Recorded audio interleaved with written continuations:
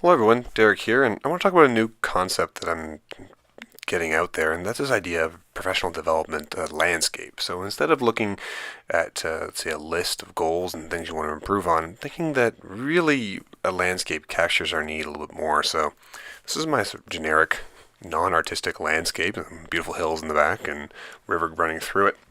And my four main goals that I'll be talking about today are in categories. So I've got personal organization, community, pedagogy, and andragogy. Pedagogy being how you teach kids, and andragogy being how you teach with adults.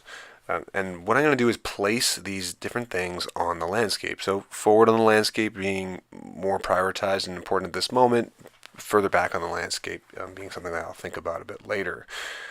So forward planning and transparency is the first thing that I'm thinking about, making sure that I deliver things to my teachers and educators that is useful and well detailed. And my personal organization sits further back on my landscape. To think about it is because it's on the landscape doesn't mean it's a weakness. It means it's something that I am working on in my professional development. So you'll see I have parent communication, student needs, connecting with classrooms. Some of these I think I'm pretty good at and are actually strengths of mine, but that doesn't mean I don't want to have it on there. Maybe it's not a priority to necessarily work on first, but it is something that I want to have on and something I want to make sure I continue to use and to develop. So in pedagogy, as you know, in Ontario, the health and PE curriculum is front and center. I need to get my head wrapped around that. And mon programme de français, c'est très important pour moi. Math, JKSK, and of course stay on current trends.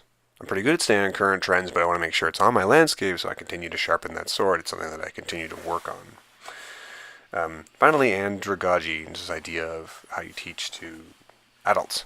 And as the academic director here at my school, figuring out how to support my teachers is really important. And this year I'm working on professional learning network support, as in the front of the landscape, but also resource management and program development.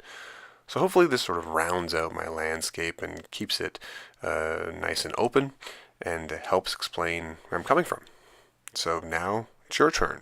What does your professional development landscape look like?